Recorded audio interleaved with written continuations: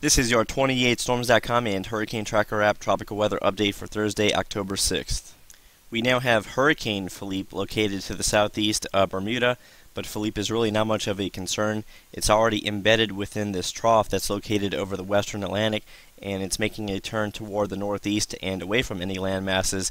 But the main focus, especially as we go into next weekend, is going to be this stalled out boundary across much of Cuba and the Bahamas. You can see it a little bit better on the water vapor. What we expect to happen is that an upper level low will begin to really get its act together over the central and southeast Gulf of Mexico, and we could see a surface low begin to develop just to the east of that upper level feature, either just to the west of Miami or Sarasota, Florida, or it could even be just to the east of the Florida Peninsula as suggested by the GFS model. We will touch on the models in just a second, but we have two more pressing storms in the eastern Pacific. This is now Tropical Depression 10E. It is forecast to become a tropical storm no later than tomorrow morning. And look at the 5-day forecast track. The Hurricane Center is anticipating a hurricane landfall just to the south of Puerto Vallarta, and this is a very legit possibility. And all of the available model guidance is showing a turn toward the northeast as the official forecast is projecting. Interestingly enough, however, we have yet a second tropical cyclone that could be impacting Mexico within the next week or so. This is Tropical Storm Irwin. The 5-day forecast also shows this one making a turn toward the northeast. In terms of the intensity, the National Hurricane Center is maintaining Irwin as a tropical storm, but the overall intensity forecast for both of our tropical systems in the eastern Pacific will be greatly dictated by how close they are in proximation to each other. Furthermore, all of the reliable model guidance is also showing Irwin turning toward the northeast, much like Tropical Depression 10E. So as stated before, Mexico very well could be dealing with two tropical storm and potentially even hurricane threats. This afternoon's visible satellite imagery of the eastern Pacific shows that Tropical Storm Irwin is a little bit better defined compared to Tropical Depression E or 10E just to the east of Irwin. But both of these storms are forecast to intensify to some extent based on the latest model guidance. Now, it will be interesting to see, however, if one of the storms becomes more dominant, and therefore it would have a better chance of intensifying more so than forecast.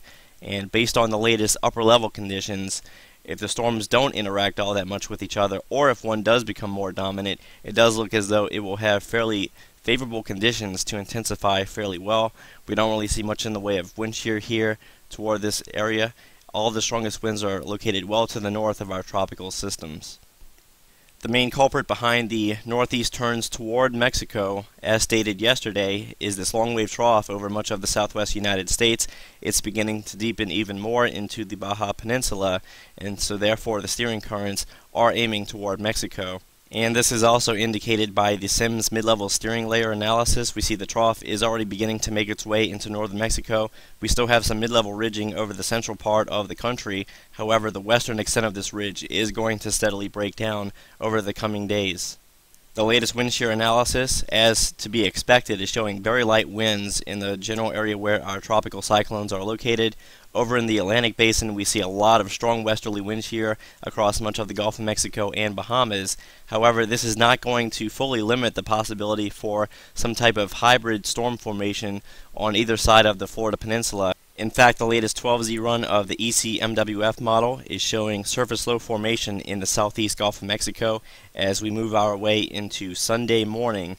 And again, this is not going to be fully tropical because we're also going to have low heights in the mid to upper levels of the atmosphere over the eastern half of the Gulf.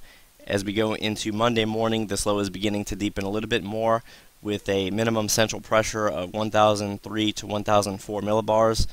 On this particular map, it's showing it maxing out at 1005 millibars.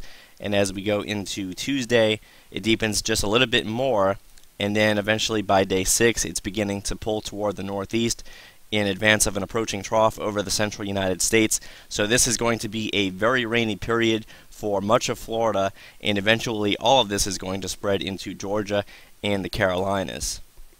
Now, another distinct possibility is being outlined by the 12Z run of the GFS model.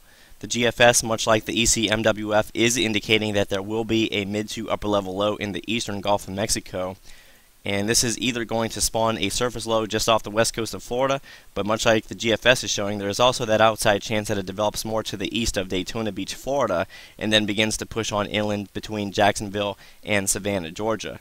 Either way, no matter how you slice it, this is going to be more so of a heavy rainfall event with the potential of some isolated street flooding as we get several inches of rainfall during an extended period. Also, there will be some chance of isolated brief tornadoes, especially since this storm is hybrid in nature, and also due to the constant fetch of easterly winds, there will be the potential for some coastal erosion, especially along the east coast of Florida. The latest surface analysis forecast from the HPC is still closely following the guidance from the ECMWF model, and this appears to be the more than likely scenario. By day 3 or early Sunday morning, they are indicating a closed surface low beginning to develop over the Florida Keys. By Monday morning, it's beginning to push a little bit more toward the northwest into the southeast Gulf of Mexico.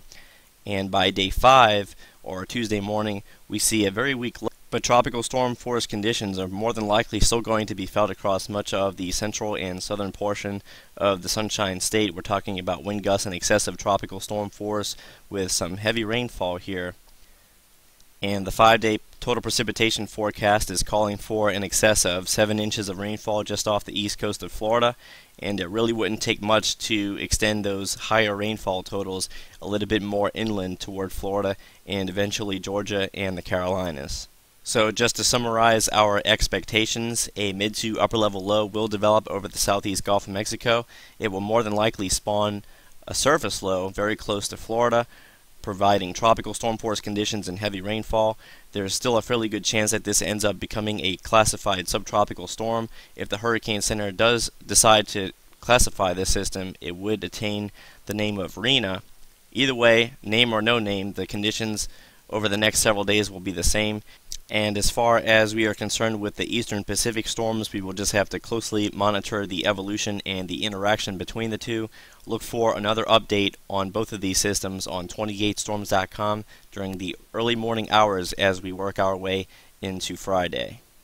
In the meantime, interest between Puerto Vallarta and Acapulco, Mexico should be bracing for the threat of a hurricane landfall, or at the very least the chance of some flooding, as both of these systems will more than likely move into the region.